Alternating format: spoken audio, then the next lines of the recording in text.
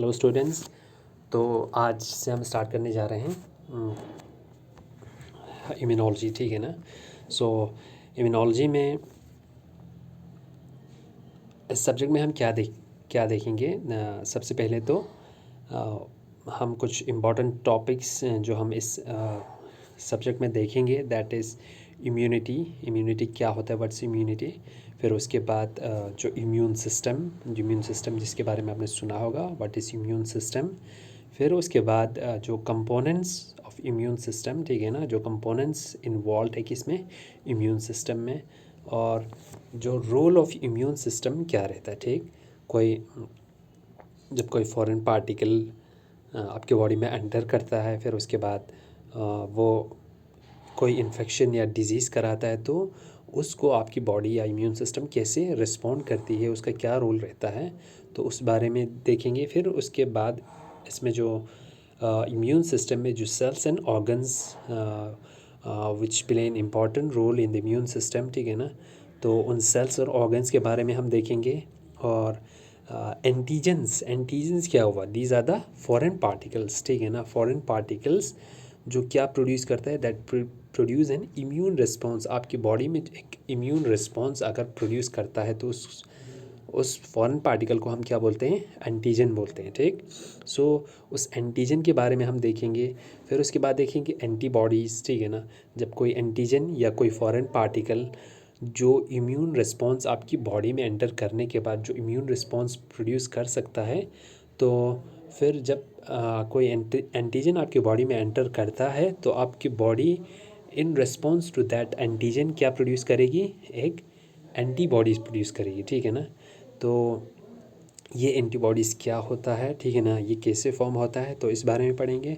और फाइनली जो टोटल हमारा जो इम्यून सिस्टम है, उसकी वर्किंग के बारे में हम देखते हैं, ठीक। सो सबसे पहले क्या है, इम्यूनोलॉजी, ठीक। तो व्हाट इज़ इम्यूनोलॉजी। इम्यूनोलॉजी में हम देखें तो it's the study of immune system and immune responses to the foreign particles और रोल इन रेजिस्टिंग इन्फेक्शन, ठीक है ना। तो इम्यूनोलॉजी में हम क्या पढ़ते हैं, ठीक है ना, it's a branch of science जिसमें हम इम्यून सिस्टम के बारे में पढ़ते हैं और इम्यून सिस्टम कैसे रिस्पॉन्स करता है जब कोई फॉरेन पार्टिकल हमारे बॉडी में एंटर कर जाता है, ठीक।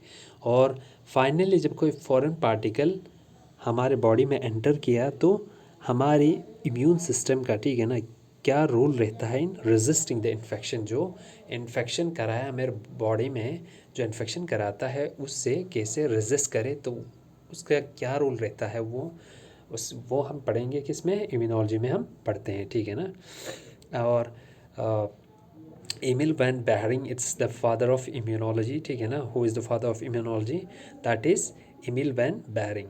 तो he also discovered the antibodies, जो एंटीबॉडीज़ जिसके बारे में हम पढ़ेंगे, तो इसे किसने किसने डिस्कवर किया था, it was discovered by Behring and he is known as the father of immunology. तो nextly what is immunity. Immunity को हम कैसे डिस्क्राइब करेंगे, या इम्यूनिटी मीन्स क्या। जैसे हम इम्यूनिटी की वर्ड तो हम अक्सर यूज़ करते हैं, ठीक है ना। तो हम इसमें इम्यूनोलॉजी में इम्यूनिटी को हम कैसे डिस्क्राइब करते हैं, ठीक। तो इम्यूनिटी क्या, it's a ability of the body to recognise और neutralise and destroy and to eliminate the disease producing agents, ठीक है ना। तो एबिलिटी ऑफ द बॉडी, जो हमारे बॉडी में जब कोई फॉरेन पार्टिकल जब एंटर करेगी, ठीक। जैसे हमारे इन्वायरमेंट में अगर हम देखते हैं, तो बहुत सारे माइक्रो ऑर्गेनिजम्स आपको हर जगह, ठीक है ना, हवा में या पानी में, हर जगह आपको क्या माइक्रो ऑर्गेनिजम्स जैसे कि बैक्टीरिया, वायरसेस, ये हर जगह आपको प्रेजेंट मिलेगी, ठीक। तो ये हमेशा क्या इसी ताक में रहते हैं कि वो कैसे बॉडी में एंटर करे, ठीक है ना। बॉडी में एंटर करके आपकी बॉडी को किस तरह कमज़ोर करे या किस तरह आपको इन्फेक्शन या डिजीज़ करे। सो हमारी बॉडी जो है वो हमेशा से क्या रहता है, वल्नरेबल रहता है, किसके लिए, डिजीज़ के लिए, ठीक है ना। जिस तरह से हमारे बॉडी, जिस तरह से हम सुबह का निकलना या फिर शाम का वापस आना, तो इस तरह हम बहुत सारे माइक्रोब्स या माइक्रो ऑर्गेनिज्म से हम इंटरेक्ट हो जाते हैं, हम उसके कंटेक्ट में आते हैं, ठीक है ना। तो दीज माइक्रो ऑर्गेनिज्म इनके कंटेक्ट में आता है तो इन्हें मैक्सिमम चांस मिल जाता है कि हमारे बॉडी में एंटर करे और हमें इन्फेक्शन या डिजीज़ करे, ठीक है ना। तो इसीलिए हमारी बॉडी में एक ऐसा मैकेनिज़्म बनाया है कुदरत ने कि जिससे वो ऐसे जो माइक्रो ऑर्गेनिजम्स है या बैक्टीरिया है या वायरसेस है, ठीक है ना, तो उन जब वो एंटर करे या एंटर करने से पहले, ठीक है ना, there are certain restrictions, means एक डिफेंसिव मैकेनिज़्म है हमारे बॉडी के अंदर, ठीक है ना, ताकि जिससे वो डिफेंड करता है हमारी बॉडी को इन माइक्रोब से, इन माइक्रो ऑर्गेनिज्म से, ठीक। सो इम्यूनिटी इसी चीज़ को हम कहते हैं, जो हमारे बॉडी में जो एबिलिटी है, ठीक है ना, क्या करने की, जो सबसे पहले तो रिकग्नाइज़ करे किसी फॉरेन पार्टिकल को, ठीक। फिर उसके बाद जब वो एंटर कर जाते हैं तो उसे न्यूट्रलाइज़ करने की कोशिश करें या डिस्ट्रॉय करने की कोशिश करें, एंड फाइनली उस डिजीज़ कॉजिंग एजेंट को या pathogen means disease causing agent, ठीक है ना, तो फाइनली उस पैथोजन या डिजीज़ कॉजिंग एजेंट को क्या करें, एलिमिनेट करें बॉडी के बाहर, ठीक है ना। सो इट्स द इम्यूनिटी, इसे हम क्या कहते हैं, इम्यूनिटी कहते हैं। या इम्यूनिटी को अगर आप डिफ़ाइन करो तो it's a resistance to disease, ठीक है ना। कोई भी डिजीज़, जो कोई भी वायरस या माइक्रोब से कोई भी डिजीज़ हो जाता है तो उसके ख़िलाफ़ आपकी बॉडी अगर रेजिस्ट करे तो उसी चीज़ को हम, उस रेजिस्टेंस को हम क्या बोलते हैं, बॉडी की इम्यूनिटी कहते हैं, ठीक है ना। It's a resistance to disease and specifically to infectious disease, ठीक है ना, जो इन्फेक्शस डिजीज़ है उनके ख़िलाफ़, ठीक। So the term immunity was coined by Bernard, ठीक है ना। किसने क्वाइन किया था ये वर्ड, ये बर्नर्ड ने क्वाइन किया था। सो नेक्स्ट आप देखें तो क्या है, इम्यून सिस्टम, ठीक है ना। What is immune system?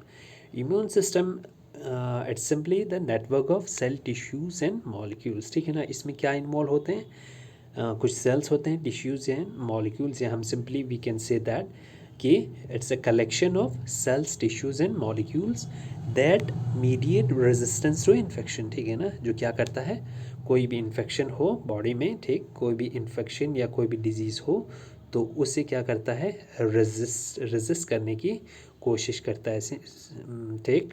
So the immune system it's the network of cells, क्या है, ये कम्बिनेशन है सेल्स के, टिश्यूज़ और मॉलिक्यूल्स के कम्बिनेशन है इम्यून सिस्टम में। इट्स अ कम्प्लेक्स सिस्टम जिसमें क्या है, सेल्स भी है, टिश्यूज़ भी है और मॉलिक्यूल्स भी, और ये सारे एक कोऑर्डिनेटेड वे में फंक्शन करेंगे, जिससे क्या करेंगे, जिससे हमारे बॉडी को रेजिस्ट कराएंगे, ठीक है ना। It will make our body resistance to various infection and diseases, ठीक है ना। और इस सिस्टम को हम क्या बोलते हैं, इम्यून सिस्टम कहते हैं। सो इम्यून सिस्टम को अगर यहाँ पे डिफाइन करें तो क्या है, it's the basic defence system of the body, ठीक है ना। सो जैसे एक डिफेंस सिस्टम, अगर हम हमारी कंट्री की एक एग्जांपल ले तो हमारी कंट्री की अगर देखें, बात करें तो क्या है, एक डिफेंस सिस्टम है हमारे भी, ठीक है ना, जिसमें हमारे क्या आता है, इंडियन नेवी आता है, ठीक है ना, आर्मी आता है, ठीक, तो और नेवी आता है, ठीक। जो ये डिफेंस, हमारे जो डिफेंस है, तो जो हमारे डिफेंस डिपार्टमेंट है उनका क्या फंक्शन रहता है, main, it is to protect our country, ठीक है ना। हमारी कंट्री को बचाने के लिए हमारे पास एक डिफेंस सिस्टम है, ठीक है ना, हमारे पास एक डिफेंस मैकेनिज़्म है, किसकी, आर्मी की या नेवी की, ठीक है ना। तो ये हम, इनका मेन क्या काम रहता है, ये मोस्टली इनका काम यही, मेन काम इनका यही रहता है कि ये हमारी कंट्री को प्रोटेक्शन करे, किससे, जो एनिमी से, उनसे प्रोटेक्ट करे। सो इसी तरह हमारी जो बॉडी है, ठीक, हमारी बॉडी की भी क्या है, एक डिफेंस सिस्टम है, ठीक है ना, एक डिफेंस मैकेनिज़्म है, ठीक है ना, जिसे हम क्या कहते हैं, इम्यून सिस्टम कहते हैं, ठीक। जैसे हमारी बॉडी, जब हमारी बॉडी में क्या, मतलब जो इन्फेक्शन या डिजीज़ होता है, ठीक है ना, जो पैथोजेंस होता है एंटर करते हैं, ठीक है, तो कोई भी जो फॉरेन पार्टिकल हो जो हमारे बॉडी में एंटर करता है, ठीक, तो ये जो इम्यून सिस्टम है ये एक सर्वेलेंस के तौर पे काम करता है और हमारे बॉडी को क्या करता है, प्रोटेक्ट करता है, ठीक है ना, फ्रॉम दीज पैथोजेंस और माइक्रो ऑर्गेनिजम्स। फिर उसके बाद इन केस अगर कोई पैथोजन या कोई माइक्रो ऑर्गेनिज्म अगर हमारे बॉडी में भी चला जाता है तो ये क्या करता है, इनका रोल ये भी रहता है कि जो पैथोजन सबसे पहले तो एंटर बॉडी में एंटर करे ही नहीं, फिर उसके बाद अगर करे तो उस पैथोजन से उसको रिकग्नाइज़ करे और क्या करे, रिकग्नाइज़ करने के बाद उसको न्यूट्रलाइज़ करे या डिस्ट्रॉय करे या और एलिमिनेट कर दे हमारी बॉडी से, ठीक है ना। तो ये होता है क्या, हमारी जो इम्यून सिस्टम का काम रहता है। So it is simply the basic defence system of our body, ठीक है ना। हमारी बॉडी का क्या है, एक बेसिक डिफेंस सिस्टम है और इनका काम क्या रहता है, जो हार्मफुल पैथोजन से या डिजीज़ से इनसे क्या करना, हमारे बॉडी को प्रोटेक्ट करना। सो इनका मेन काम है protection of body from harmful pathogens and disease, ठीक है ना। सो फंक्शन में अगर बात करें तो यही चीज़ है कि या तो ये इन्फेक्शन को प्रिवेंट करेंगे या और लिमिट द इन्फेक्शन, ठीक है ना, इन्फेक्शन को जितना हो सके कम कर देंगे, ठीक। सो जो पैथोजेंस जिसकी हमने बात की अभी, जो इम्यून सिस्टम हमें पैथोजन से बचाता है, तो ये पैथोजेंस क्या होते हैं, ठीक है ना, these are the disease causing agents. कोई भी एजेंट हो, ठीक है ना, जैसे माइक्रोब्स हो या वायरसेस हो या बैक्टीरिया हो जो डिजीज़ कॉज कराता है हमारे बॉडी में, तो हम उसको क्या कहते हैं, पैथोजेंस कहते हैं, ठीक है ना। So pathogens are disease causing agents. Now importance of immune system, ठीक है ना, why immune system is important for our body, ठीक है ना, क्यों हमारे बॉडी के लिए इम्यून सिस्टम का होना ज़रूरी है, ठीक। जैसे आपको बताया कि इसका मेन काम क्या है, दैट इज़ प्रोटेक्शन। जब इसका काम ही प्रोटेक्शन का है तो it's very important for the body, ठीक है ना। लेकिन अगर हम ऑब्जर्व करें, ठीक है ना, कोई इंसान जैसे किसी में उसका इम्यून सिस्टम, किसी इंसान में अगर उसका इम्यून सिस्टम अगर डिफेक्टिव हो या कमज़ोर हो तो वो शख्स या वो इंसान क्या रहता है, that remains highly susceptible to serious and life threatening infections, ठीक है ना। तो वो क्या रहता है, उसमें वो ज़्यादा ससेप्टेबल रहता है, मतलब उसकी डिजीज़ होने की या इन्फेक्शन होने के चांसेस क्या रहता है, ज़्यादा रहता है अगर उसका इम्यून सिस्टम जो है डिफेक्टिव हो, ठीक है ना। और अगर हम बात करें वैक्सीनेशन, अच्छा यहाँ पे ये देखिए, vaccination is N effective artificial method for protection, ठीक है ना। जो तो वैक्सीनेशन क्या होता है, it's an effective artificial method for protection के लिए, ठीक है ना। ये वैक्सीनेशन हम जो कराते हैं ये एक आर्टिफिशियल मेथड है, ये भी एक प्रोटेक्शन के लिए ही देते हैं जो हम वैक्सीन कराते हैं, ठीक है ना। जैसे हम वैक्सीन कराएं, ठीक, वैक्सीन में हम क्या करते हैं, अगर हम वैक्सीनेशन करते हैं, जैसे हम पोलियो की वैक्सीन, जैसे हम वैक्सीन किसी डिजीज़ के लिए अगर हम कोई वैक्सीनेशन देती है तो उसका मतलब क्या होता है, ठीक है ना।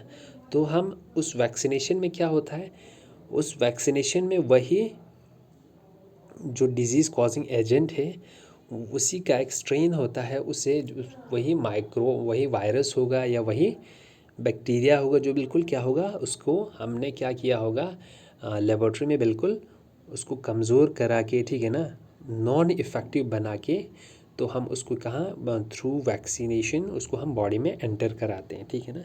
और बॉडी में एंटर इसलिए कराते हैं ताकि एक बार जब ये जो पैथोजन है, ठीक है ना, जो क्या है, नॉन इफ़ेक्टिव, ठीक है ना, जो ये पैथोजन है अगर ये क्या है, बिल्कुल कमज़ोर है तो ये हमारे बॉडी में इफ़ेक्ट नहीं कराएंगे, ठीक।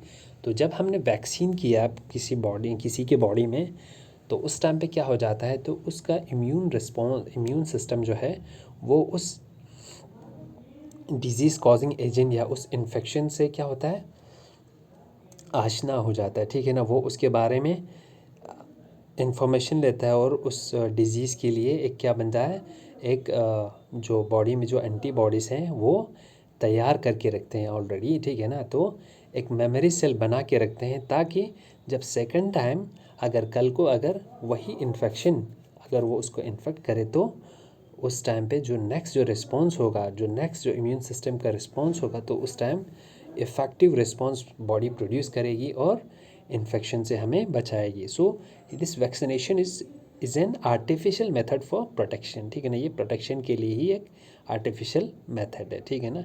सो इम्यून सिस्टम में अगर हम बात करते हैं, ठीक है ना, तो इम्यून रिस्पॉन्स की अगर हम बात करें, it's a major barrier to successful organ transplantation. अब जब ये इम्यून रिस्पॉन्स होता है, ठीक है ना, अब एक साइड से हम कहते हैं कि इम्यून रिस्पॉन्स का होना बहुत इम्पॉर्टेंट है, ठीक है ना, क्योंकि ये हमें बहुत सारे इन्फेक्शन से या डिजीज़ से हमें क्या करेगी, प्रोटेक्ट करेगी। लेकिन साइड बाय साइड अगर हम देखते हैं तो ये क्या है, बैरियर भी है हमारे लिए, किसके लिए, जो हम ऑर्गन ट्रांसप्लांटेशन करते हैं, ठीक है ना। जैसे जब कोई ऑर्गन फेलियर हो, जैसे किडनी फेलियर होता है, ठीक है ना, तो हम उस केस में क्या करते हैं, एक ऑर्गन ट्रांसप्लांटेशन कराते हैं, एक ठीक है ना। ऑर्गन ट्रांसप्लांटेशन में हम क्या करते हैं, एक दूसरे person from A second person हम क्या करते हैं, एक ऑर्गन को ट्रांसप्लांट करते हैं, ठीक है ना। लेकिन इसमें क्या प्रॉब्लम होती है, उस टाइम पे जो हमारी इम्यून सिस्टम है वो रिस्पॉन्स करती है, ठीक है ना। और उस टाइम पे कभी कभार क्या हो जाता है, जो हमारी इम्यून रिस्पॉन्स जो होती है उस वजह से ये एक क्या बन जाए, जो ट्रांसप्लांटेशन करता है वो हम नहीं कर पाते हैं, ठीक है ना। तो इम्यून रिस्पॉन्स जो है वो इट्स ए मेजर बैरियर, एक बैरियर भी है हमारे लिए, ठीक है ना। मेनली कब, जब हम ऑर्गन ट्रांसप्लांट करते हैं, ठीक है ना। जब इम्यून रिस्पॉन्स जब होता है, अगर एक तो होगा नॉर्मल इम्यून रिस्पॉन्स, जिसमें ये हमारी बॉडी को क्या करेंगे, प्रोटेक्ट करेंगे फ्रॉम फॉरेन पार्टिकल्स। अब जब हमारे बॉडी में कभी कभार क्या हो जाता है, एबनॉर्मल इम्यून रिस्पॉन्स भी हो जाता है, ठीक है ना। जब इम्यून रिस्पॉन्स क्या हो, जब इम्यून रिस्पॉन्स हो तो वो क्या करती है, cause of inflammatory disease with serious morbidity and mortality, ठीक है ना। ठीक, तो इम्यून रिस्पॉन्सेस जब एबनॉर्मल हो तो उस टाइम पे क्या हो जाता है, it leads to inflammatory disease, ठीक है ना। क्या होता है, इन्फ्लेमेटरी डिजीज़ काज कराते हैं, जिसमें with serious morbidity and mortality, जिसमें डेथ रेट जो है वो ज़्यादा भी हो सकती है, ठीक है ना। नाउ इम्यून सिस्टम कैसे रिस्पॉन्स करती है, ठीक है ना। इम्यून सिस्टम कैसे रिस्पॉन्स करती है, ठीक। तो इम्यून सिस्टम जो है first recognise the invasion by pathogen, ठीक है ना। जब कोई भी पैथोजन जब हमारे बॉडी में एंटर करते हैं, ठीक है ना, कोई भी पैथोजन हमारे बॉडी में जब एंटर करेगी, ठीक है ना, तो जो हमारी इम्यून सिस्टम है वो फर्स्टली क्या करेगी, उस पैथोजन को रिकॉग्नाइज करेगी, ठीक है ना। रिकॉग्नाइज करेगी कि हाँ भाई, ये जो मॉलिक्यूल है या ये जो फॉरेन पार्टिकल है ये अपने बॉडी का पार्ट नहीं है, ठीक है ना। तो क्या करनी चाहिए, उसको उसको क्या करनी चाहिए, उसको बॉडी से निकाल देनी चाहिए। तो सबसे पहले वो रिकॉग्नाइज करता है, फर्स्ट स्टेप क्या है उसमें, रिकॉग्नाइज करता है, और उस and response to address the problem, और जो कोई भी प्रॉब्लम हो, ठीक है ना, उसको एड्रेस करने की कोशिश करता है, या उसे क्या करेगी, उसको न्यूट्रलाइज करेगी या उसको रिमूव कर देगी, ठीक है ना।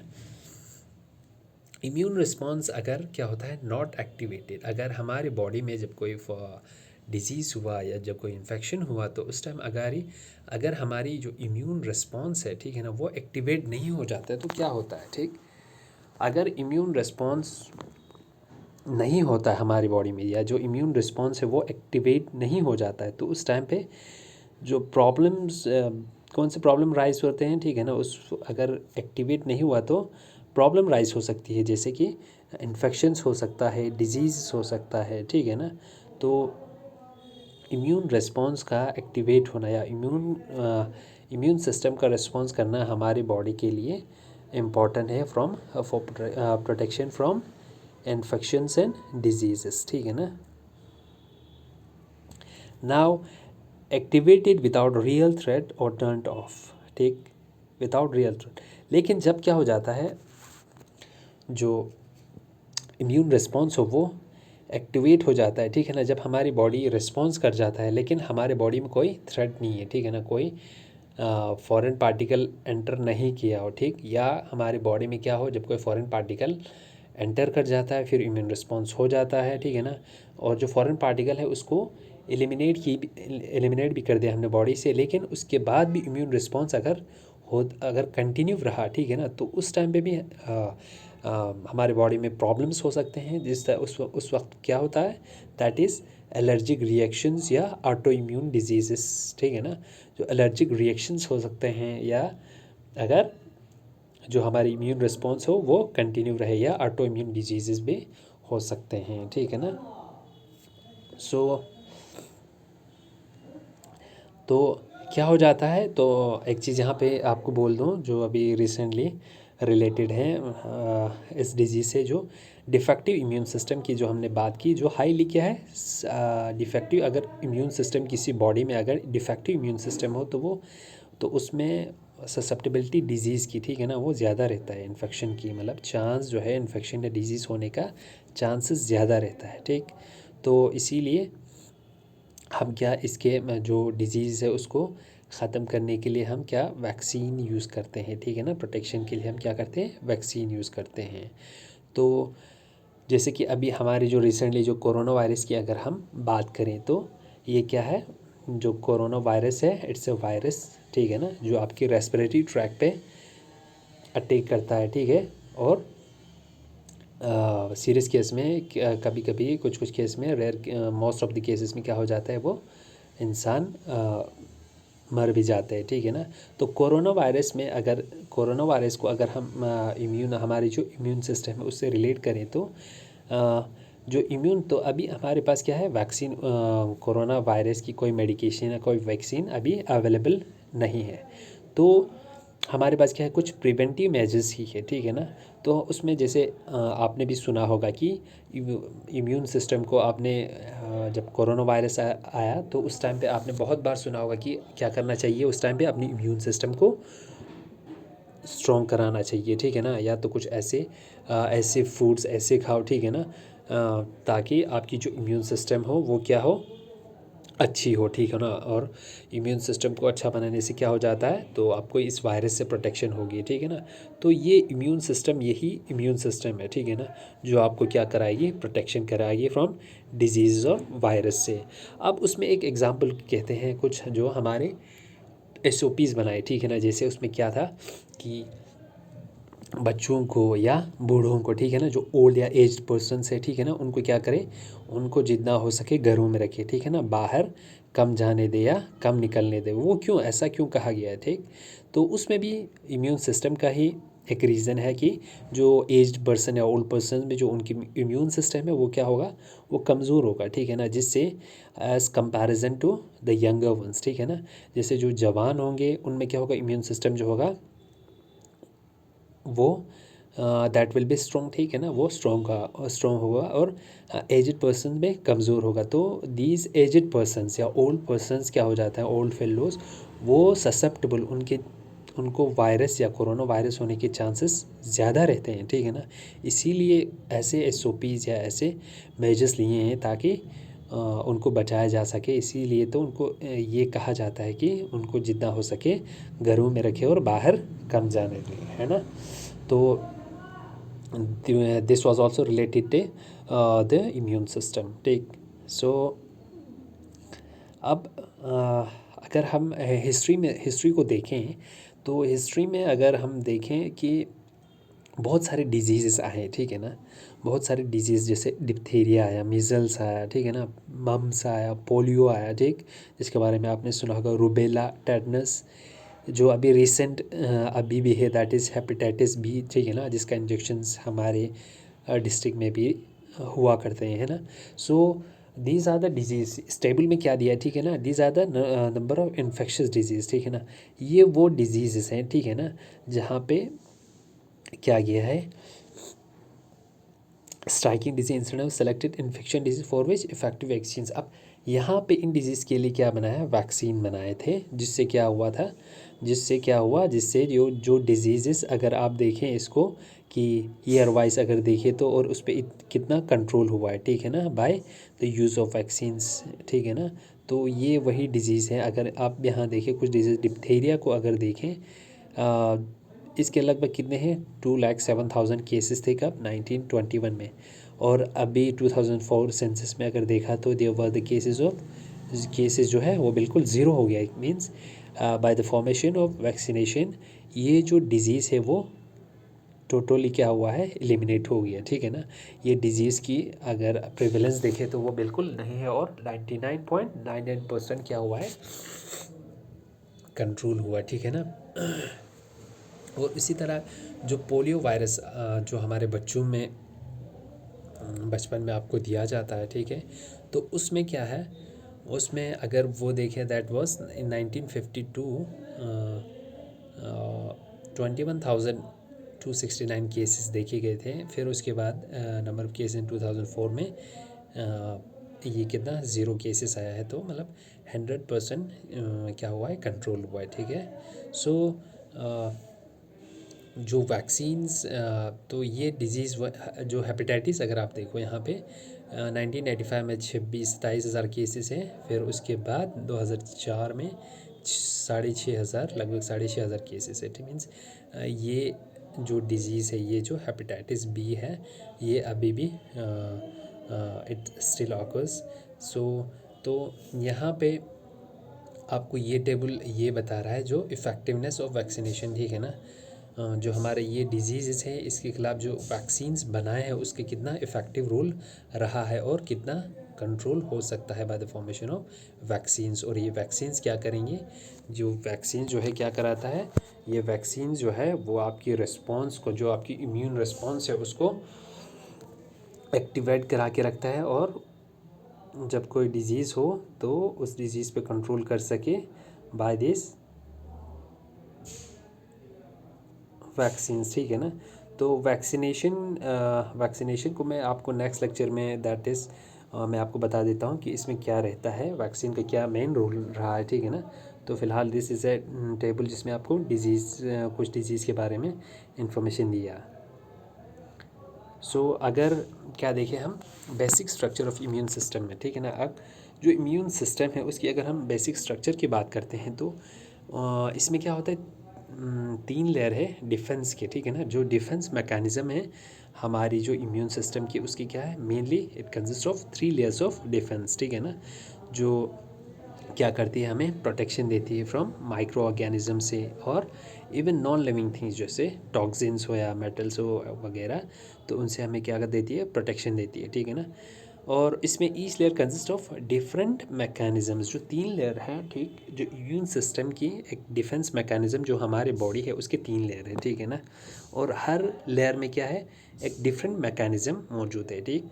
तो जब भी कोई माइक्रो ऑर्गेनिजम्स या कोई बैक्टीरिया या कोई वायरस, कोई पैथोजन जब वो इन्वेड करता है, ठीक है ना, when one layer is invaded, जब वो इन्वेड कर जाता है तो क्या होता है इसमें, जो अगर एक लेयर में वो एंटर किया तो जो मैकेनिज़्म ऑफ सेकंड लेयर है उसके बाद जो सेकंड लेयर है वो क्या हो जाता है, वो एक्शन में आ जाता है, ठीक। तो उसी तरह और एक्शन में आके वो क्या करता है, वो जो ये पैथोजन है उसको टोटली क्या करेगा, एलिमिनेट कर देगा और उसे कंट्रोल करके रखेंगे, ठीक है ना।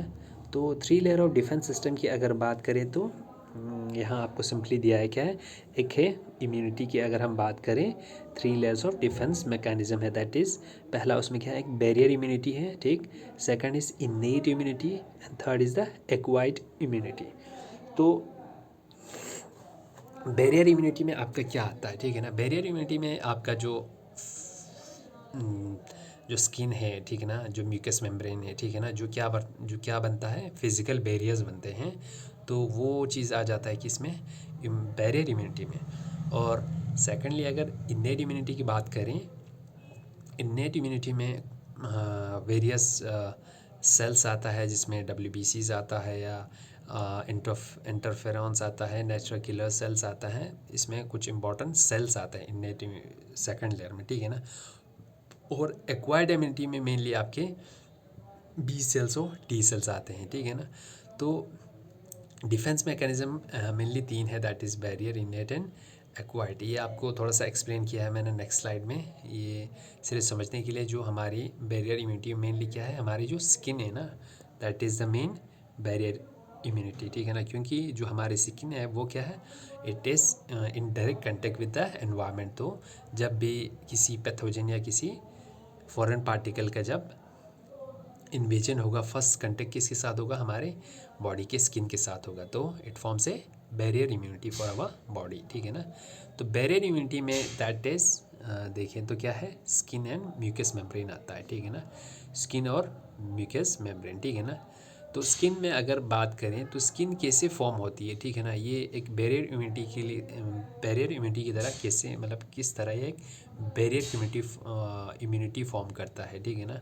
तो जो हमारी स्किन है वो क्या फॉर्म करती है, एंटी माइक्रोबियल प्रोटीन्स, ठीक है ना, ये एंटी माइक्रोबियल प्रोटीन्स फॉर्म करती हैं, ठीक है ना। जो क्या करता है, जो ये प्रोटीन्स क्या करेंगे, जब ये एंटी माइक्रोबियल प्रोटीन्स फॉर्म हुआ तो ये क्या करेंगे, जो माइक्रो ऑर्गेनिज़म्स ये है ना, जो हमारे बॉडी में एंटर करेगी उनको क्या कर देंगे, किल कर देंगे, ठीक। सो फर्स्टली क्या फॉर्म करेंगे, anti microbial proteins. Now secondly जो हमारी स्किन है उसमें क्या है, इम्यून सेल्स उसमें प्रेजेंट होते हैं, ठीक है ना, यहाँ पे आप देख सकते हो इम्यून सेल्स, ठीक। फर्स्टली क्या फॉर्म किया, एंटी माइक्रोबियल प्रोटीन्स ये फॉर्म करते हैं, ठीक। जो कोई भी अगर माइक्रो ऑर्गेनिज्म जो एंटर करेंगे तो उसको क्या कर देंगे, किल कर देंगे। सेकेंडली क्या है, ये इम्यून सेल्स इसमें प्रेजेंट होते हैं हमारी स्किन में, ठीक है ना। ये स्ट्रक्चर किसका है, ये स्किन का एक स्ट्रक्चर है, ठीक। तो यहाँ पे बताया, ठीक है ना, जो स्किन है वो it act as a physical barrier भी करता है, it act as also act as a chemical barrier and biological barrier, ठीक। सेकेंडली इसमें क्या है, जो इम्यून सेल्स यहाँ पे जो प्रेजेंट है ये आप देख सकते हो, ठीक है ना, दीज जो ये इम्यून सेल्स प्रेजेंट है ये क्या करती है, it helps to stop the microbes invading the body. ये किस में हेल्प करेगा, जो माइक्रोब्स है उनको स्टॉप करेगा, जो बॉडी में एंटर कर रहे हैं उनको एंटर करने से रोकेंगे, ठीक है ना। और थर्डली क्या हो जाता है, जो शेडिंग हमारे जो स्किन जो शेड हो जाता है, जो निकलते हैं, ठीक है ना, जिसे हम क्या कहेंगे, डिस्क्वेमेशन, ठीक है ना। डिस्क्वेमेशन क्या हुआ, that is shedding of skins, जो स्किन्स का निकल जाना है वो भी क्या है, वो भी एक इम्यून प्रोसेस है, ठीक है ना, जिसमें क्या हो जाता है, जिसकी वजह से क्या हो जाता है, remove bacteria and other infectious agents adhere to the skin surfaces, ठीक है ना। जो स्किन सरफेसेस के साथ अगर कोई बैक्टीरिया या कोई इन्फेक्शन एजेंट्स अगर उसके साथ में कंटेक्ट में हो, ठीक है ना, अगर एडहर्ड हो स्किन के साथ में, तो बाय शेडिंग ऑफ स्किन्स या डिस्क्वेमेशन क्या होगा, ये जो बैक्टीरिया और इन्फेक्शन एजेंट से ये क्या हो जाएंगे, रिमूव हो जाएंगे, ठीक है ना। तो ये बैरियर मीन्स बैरियर इम्यूनिटी में तो बात करें तो मेनली ये जो हमारे स्किन है इट्स द मेन क्या है, ये जो स्किन की आप देखो तो ये क्या है, मेन बैरियर इम्यूनिटी हमें प्रोवाइड करती है जो हमारी स्किन है बॉडी में, ठीक है ना। तो जैसे बताया कि डिस्क्वेमेशन प्रोसेस से ये क्या कर देंगे, कोई बैक्टीरिया अगर इसके साथ अटैच हो स्किन के साथ तो ये वो रिमूव कर देगी, एंटी माइक्रोबियल प्रोटीन जो है वो फॉर्म करेगी, और इसमें जो इम्यून सेल्स हैं जो इसको क्या करेगी, जो माइक्रोब्स है उसको बॉडी में एंटर करने नहीं देगी, ठीक है ना। तो अगर बैरियर इम्यूनिटी अगर हम देखें इट्स ऑल्सो प्रोवाइडेड बाय जो रेस्पिरेटरी सिस्टम है हमारी, ठीक, या गैस्ट्रोइंटेस्टाइनल ट्रैक है, ठीक, यहाँ आप देख सकते हो। तो बैरियर इम्यूनिटी हमारे स्किन के साथ और कौन से बॉडी पार्ट से जो प्रोवाइड करती है, जो रेस्पिरेटरी हमारे सिस्टम है वो हमें क्या करती है, बैरियर इम्यूनिटी प्रोवाइड करती है, जो हमारी स्टोमक है, ठीक है ना, गैस्ट्रोइंटेस्टाइनल ट्रैक है, या जेनिटो यूरिनरी सिस्टम है, या नोस और फेरिंग्स है, ये सारे क्या करते हैं, ये बैरियर इम्यूनिटी हमें प्रोवाइड करती है, ठीक है ना। तो इसमें एक सिंपल सा एग्जांपल दे के आपको बताते हैं कि कैसे, ठीक है ना, कैसे ये जो रेस्पिरेटरी सिस्टम है वो कैसे इम्यूनिटी प्रोवाइड करती है, ठीक। तो जैसे जब हम रेस्पिरेटरी सिस्टम को हम देखते हैं तो जो हमारे रेस्पिरेटरी ट्रैक है वहाँ पे क्या होता है, वहाँ पे क्या प्रेजेंट होता है, रेस्पिरेटरी सीलिया, जो हेयर लाइक प्रोजेक्शंस प्रेजेंट होते हैं, जिसको हम क्या बोलते हैं, जो रेस्पिरेटरी सीलिया बोलते हैं, जिसे हम सीलिया बोलते हैं। तो इन सीलिया की एक इम्पॉर्टेंट प्रॉपर्टी होती है जिसे हम क्या बोलते हैं एक इम्पॉर्टेंट प्रॉपर्टी है जिसे आप जिस अगर इनकी मूवमेंट को या इनकी डायरेक्शन को देखें मूवमेंट की, तो इनकी एक पर्टिकुलर क्या होता है, एक डायरेक्शन होता है मूवमेंट की, टुवर्ड्स आउटसाइड द बॉडी, ठीक है ना, टुवर्ड्स द माउथ पोर्शन। तो इनकी जो मूवमेंट है उसका एक पर्टिकुलर डायरेक्शन होता है जो जिससे जो किस में हेल्प करता है, अगर कोई माइक्रोब्स या कोई फॉरेन पार्टिकल वाइल ब्रीथिंग अगर हमारी रेस्पिरेटरी ट्रैक में एंटर किया हो तो ये सीलिया जो इसमें प्रेजेंट है वो क्या करेगी, इनको अपनी मूवमेंट से इनको रिमूव कर देगी फ्रॉम द रेस्पिरेटरी ट्रैक। सो इसी तरह ये जो रेस्पिरेटरी ट्रैक है या रेस्पिरेटरी सिस्टम है ये क्या एक बैरियर इम्यूनिटी प्रोवाइड करती है, ठीक है ना। और अगर हम इसमें किसकी बात करें, next was gastro intestinal tract, ठीक है ना। जब हम गैस्ट्रो इंटेस्टाइनल ट्रैक की बात करते हैं, ठीक, जो हमारा स्टमक है वहाँ पे क्या प्रेजेंट होते हैं, जो हमारे अगर हम स्टमक को देखें तो उसमें जो हमारी गैस्ट्रिक ग्लैंड्स होते हैं, ठीक, वहाँ पे क्या होता है, गैस्ट्रिक ग्लैंड में क्या होता है, जो ऑक्जेंटिक सेल्स हैं, ठीक है ना, वो ऑक्जेंटिक सेल्स क्या प्रोड्यूस करेगी, HCl प्रोड्यूस करेगी, है ना। तो जिससे ये एक एसिडिक pH मेंटेन करेगी और जो माइक्रोब्स हमारे स्टोमक में प्रेजेंट होगी उसे किल करेगी, है ना, उससे हमें प्रोटेक्शन प्रोवाइड करेगी। सो इसी तरह नोज़ और फेरिंग्स या जेनिटो यूरिनरी एपिथेलियम अगर इनको भी आप देखें तो ये क्या प्रोवाइड करते हैं, किस्म की एक बैरियर इम्यूनिटी प्रोवाइड करते हैं, ठीक है ना। सो नाउ जो हमारे बॉडी के अगर हम डिफेंसिव मैकेनिज़्म जिसकी हम बात कर रहे हैं, अगर हम उसको क्लासिफाई करके देखें तो हमारे बॉडी में जो डिफेंसिव मैकेनिज़्म है, ठीक है ना, जो इम्यून सिस्टम का जो डिफेंसिव मैकेनिज़्म अगर हम उसको थोड़ा क्लासिफाई करके देखें ना, ठीक है ना, तो मेनली क्या है, दो किस्म के हमारे बॉडी में क्या है, डिफेंसिव मैकेनिज़्म दो किस्म के हैं, ठीक है ना। जो डिफेंसिव मैकेनिज़्म है तो इट्स ऑफ टू टाइप्स, एक क्या होता है, दूसरा क्या, एक क्या है नॉन स्पेसिफिक डिफेंसिव मैकेनिज़्म, ठीक है ना। नॉन स्पेसिफिक डिफेंस होता है और दूसरा क्या होता है, स्पेसिफिक डिफेंस। जैसे आप नाम से ही आप पता कर सकते हो कि अब नॉन स्पेसिफिक डिफेंस होगा तो उसमें क्या है, जो इम्यून सिस्टम इसमें रिस्पॉन्स करती है वो क्या है, जनरलाइज रिस्पॉन्स करती है। मीन्स इसमें जो रिस्पॉन्स होगा नॉन स्पेसिफिक में वो जनरल होगा, ठीक है ना। मीन्स इसमें जो रिस्पॉन्स होगा वो जिस तरह के भी रिस्पॉन्स हो वो ऑलमोस्ट हर इन्फेक्शन के लिए जो रिस्पॉन्स करेगी वो सिमिलर होगी, ठीक है ना। जब यहाँ पे नॉन स्पेसिफिक की हम बात करेंगे तो रिस्पॉन्स होगा वो जनरल होगा और जो इन्फेक्शंस और जो सारे इन्फेक्शंस हैं उनके लिए लगभग सिमिलर रिस्पॉन्स प्रोड्यूस करेगी कौन, नॉन स्पेसिफिक डिफेंस मैकेनिज़्म। और स्पेसिफिक में अगर हम रिस्पॉन्स की बात करते हैं, ठीक है ना, स्पेसिफिक में अगर स्पेसिफिक डिफेंस मैकेनिज़्म की बात करें तो इसमें एक स्पेसिफिक रिस्पॉन्स होगा। मींस एक पर्टिकुलर इन्फेक्शन के लिए एक पर्टिकुलर रिस्पॉन्स होगा, ठीक है ना। एक इन्फेक्शन के लिए एक स्पेसिफिक रिस्पॉन्स होगा और इसमें जो रिस्पॉन्स होता है वो मेनली किससे होता है, विद एंटीबॉडीज़, ठीक है ना। और स्पेसिफिक मैकेनिज्म में क्या होता है, ये चीज़ आपको याद रखना है कि मेनली जो एंटीबॉडीज़ होगा वो उसी के थ्रू रिस्पॉन्स करेंगे स्पेसिफिक मैकेनिज्म में। अगर नॉन स्पेसिफिक की बात करें वो जनरल रहता है और सारे इन्फेक्शन के लिए ऑलमोस्ट सिमिलर रिस्पॉन्स रहता है। और नॉन स्पेसिफिक डिफेंस की बात करें तो ये इसमें क्या आता है, हमारे स्किन या म्यूकस मेम्ब्रेन, ठीक है ना, स्किन और म्यूकस मेम्ब्रेन। और ये फाइट करता है with pathogens other than antibodies. और ये पैथोजन के साथ जब फाइट करेगी इसमें एंटीबॉडीज़ की इन्वॉल्वमेंट नहीं होगी। लेकिन स्पेसिफिक डिफेंस में अगर हम बात करें तो जब पैथोजन से फाइट करेगी तो ये किसकी हेल्प से करेगी, mainly with the help of antibodies, ठीक है ना। ये हुआ specific defence and non specific defence. अब नॉन स्पेसिफिक डिफेंस को हम देखते हैं कि क्या है, ठीक है ना। जो नॉन स्पेसिफिक डिफेंस है इट्स फर्दर ऑफ, इसमें भी दो किस्म के डिफेंस होते हैं, ठीक है ना। एक है एक्सटर्नल डिफेंस और दूसरा क्या है, इंटरनल डिफेंस। जब external defence means external defence को हम क्या कहेंगे, it's the first line of defence, ठीक है ना। जो एक्सटर्नल डिफेंस है वो फर्स्ट लाइन ऑफ डिफेंस है और वायलेस जो इंटरनल डिफेंस है, ठीक है ना, वो सेकंड लाइन ऑफ डिफेंस है, ठीक है ना। तो हमारे बॉडी में मेनली कितना, मेनली 3 लाइन है डिफेंस के, डिफेंस मैकेनिज़्म के 3 लाइन है, ठीक है ना।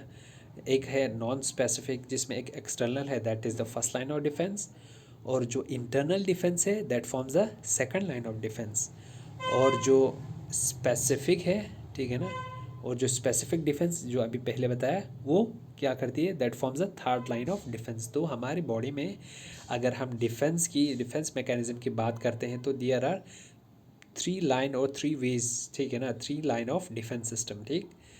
First is the non specific और दूसरा कौन सा है, स्पेसिफिक, ठीक है ना। अब नॉन स्पेसिफिक में क्या है, एक्सटर्नल डिफेंस जो which forms the first line of defence, और दूसरी क्या है, इंटरनल डिफेंस जो सेकंड लाइन ऑफ डिफेंस बनता है, ठीक। तो एक्सटर्नल डिफेंस में हम बात करते हैं तो इसमें क्या आता है, इसमें it include the skin and mucus membrane, ठीक है ना, स्किन और म्यूकस मेम्ब्रेन।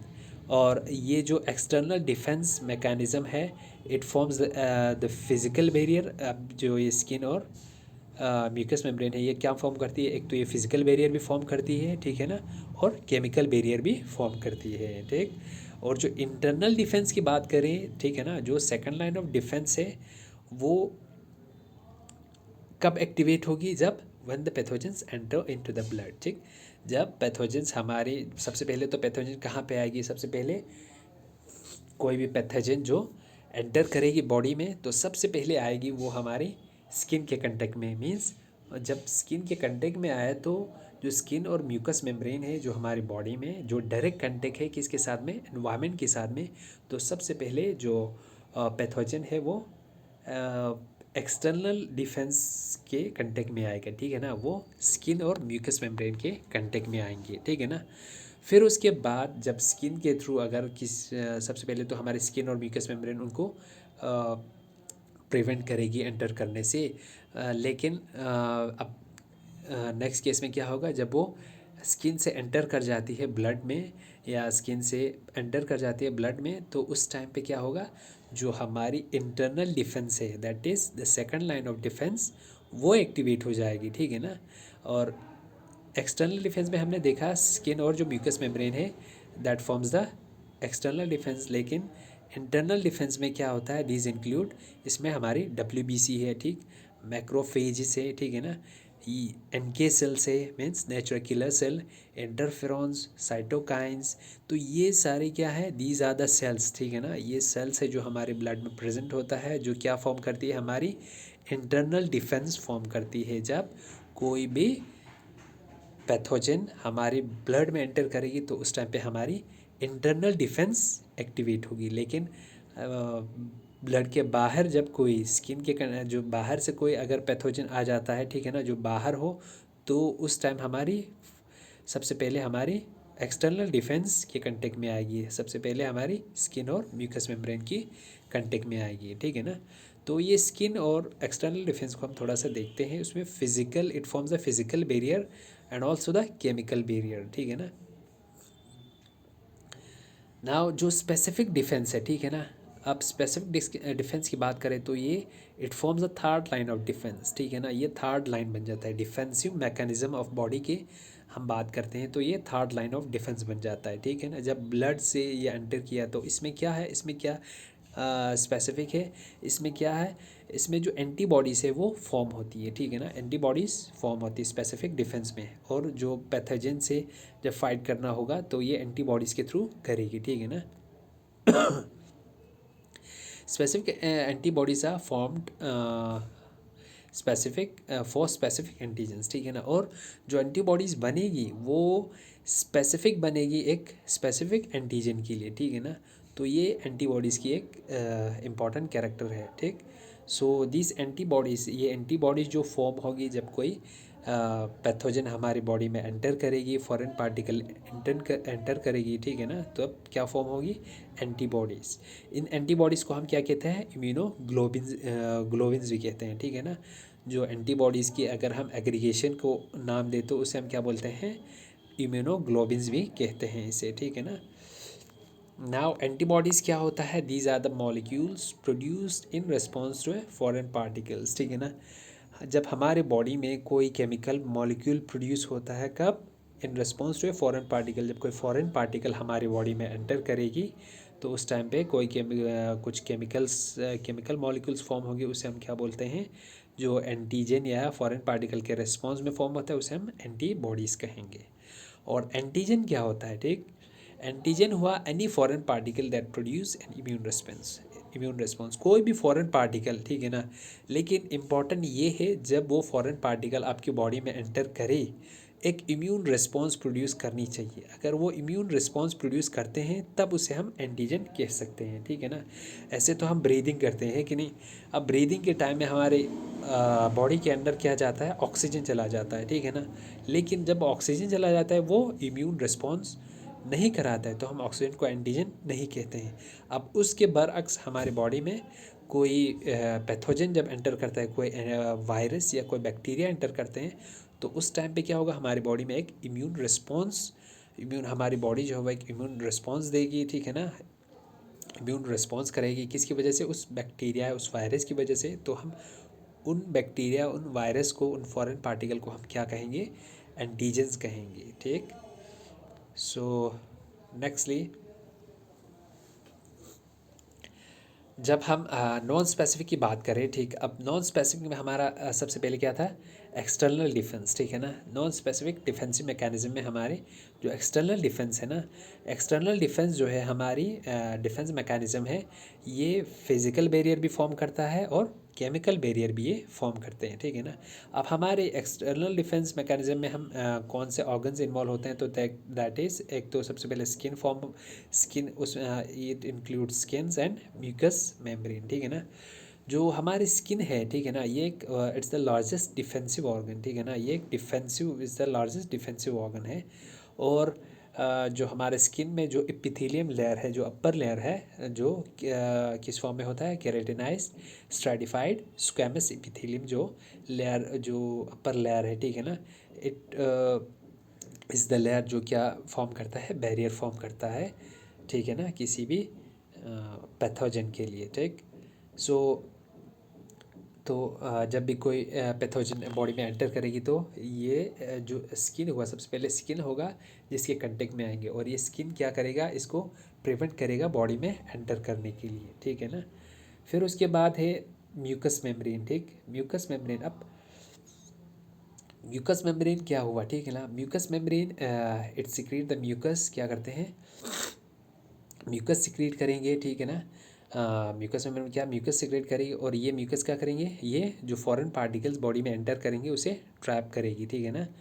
और म्यूकस मेम्ब्रेन की अगर बात करें तो it consist of epithelium along with the connective tissue, एक तो इसमें एपिथेलियम होता है, दूसरा कनेक्टिव टिश्यू होता है, ठीक है ना। सो ये हमें म्यूकस मेम्ब्रेन हमें कहाँ देखने को मिलेगा, हमें मेनली ये कहाँ पे प्रेजेंट होगा, हमारी जो रेस्पिरेटरी ट्रैक है उसमें प्रेजेंट होगा, हमारी गैस्ट्रोइंटेस्टाइनल ट्रैक है जो हमारे स्टोमक है उसमें होगा, यूरोजेनिटल ट्रैक है उसमें प्रेजेंट होगा, और आई बॉल में जो एक्सटर्नल पार्ट है आई बॉल के, उसमें म्यूकस मेम्ब्रेन प्रेजेंट होगा, ठीक है ना। जो क्या करते रहेंगे, जो म्यूकस सिक्रेट करेगी, और जो फॉरेन पार्टिकल्स अगर यहाँ से एंटर किया तो उनको ट्रैप करेगी, ठीक। So the next is the chemical barrier. अब ये जो एक्सटर्नल डिफेंस है उसमें कुछ केमिकल बैरियर भी होते हैं। अब केमिकल बैरियर में क्या है, ठीक है ना, कौन से केमिकल्स है, ठीक। तो उसमें हम स्किन की बात करते हैं, दैट इज़ जो स्किन है उसमें क्या होता है, एक तो स्वेट ग्लैंड होता है और सेकंड ऑयल ग्लैंड होता है, ठीक है ना। स्वेट ग्लैंड जिसे हम सूडोफेरस ग्लैंड कहते हैं, और ऑयल ग्लैंड को क्या कहते हैं, स्पेशियस ग्लैंड। तो जो स्वेट ग्लैंड है वो क्या प्रोड्यूस करती है, स्वेट प्रोड्यूस करती है, और वो हमारी जो एसिडिक पीएच को मेंटेन रखती है, बॉडी की एसिडिक पीएच को मेंटेन रखेगी, ठीक है ना। और जिस वजह से क्या होगा, ये जो हार्मफुल बैक्टीरिया होंगे उसकी ग्रोथ को क्या करेगी, मिनिमाइज़ कराएगी। नाउ नेक्स्ट जो हम स्पेशियस ग्लैंड की अगर बात करते हैं, तो स्पेशियस ग्लैंड क्या प्रोड्यूस करेगी, मेनली ऑयल या सीबम प्रोड्यूस करती है, जिससे क्या होता है, जो मोस्टली हमारे फेस को या स्किन को क्या रखते हैं, सॉफ्ट रखने में हेल्प करती है, ठीक। और केमिकल बैरियर में क्या होता है, ठीक, केमिकल बैरियर में हमारे कुछ सिक्रेशंस होते हैं, ठीक है ना। अब उन सिक्रेशंस में क्या होता है, उन सिक्रेशंस में सिक्रेशंस में क्या होता है, कंटेन एंजाइम्स, जो उन सिक्रेशंस में एंजाइम प्रेजेंट होते हैं और वो एंजाइम क्या करती है, it helps to destroy this micro organism और पैथोजेंस, ठीक है ना। जो इन सिक्रेशन में क्या होता है, एंजाइम्स प्रेजेंट होता है जो इन माइक्रो ऑर्गेनिजम्स को डिस्ट्रॉय कर देगी।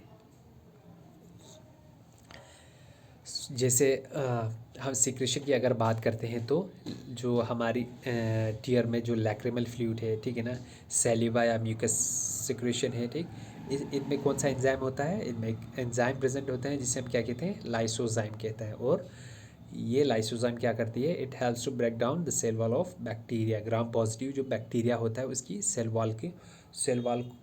वॉल के ब्रेक डाउन में हेल्प करते हैं, ठीक। नाउ अगर हम स्टोमक की अगर बात करते हैं, उसमें जो गैस्ट्रिक ग्लैंड है, ठीक है ना, उसमें ऑक्जेंटिक सेल्स है जो क्या प्रोड्यूस करती है, HCl, जो HCl प्रोड्यूस करेगी। और HCl क्या करेगी, HCl प्रोड्यूस होने से एक एसिडिक pH मेंटेन करेगी, ठीक है ना, स्टोमक का। और that will help to destroy the typhoid bacteria, ठीक है ना, जो बैक्टीरिया हमारी बॉडी में टाइफाइड कराता है उसे डिस्ट्रॉय, उसे किल करने में हेल्प करते हैं, ठीक। सो ये हुआ एक्सटर्नल बैरियर के बारे में, ठीक है ना, एक्सटर्नल डिफेंस मैकेनिज्म में। अब नेक्स्ट स्लाइड में आपको बता देता हूँ जो इंटरनल डिफेंस है और स्पेसिफिक डिफेंस, ये आपके आते हैं एक्वायर्ड इम्यूनिटी और जो इन्नेट इम्यूनिटी है वो उसी से ही रिलेटेड है। तो मैं आपको ये नेक्स्ट में आपको अच्छे से समझा देता हूँ। So this is all about for today's lecture. Thank you very much.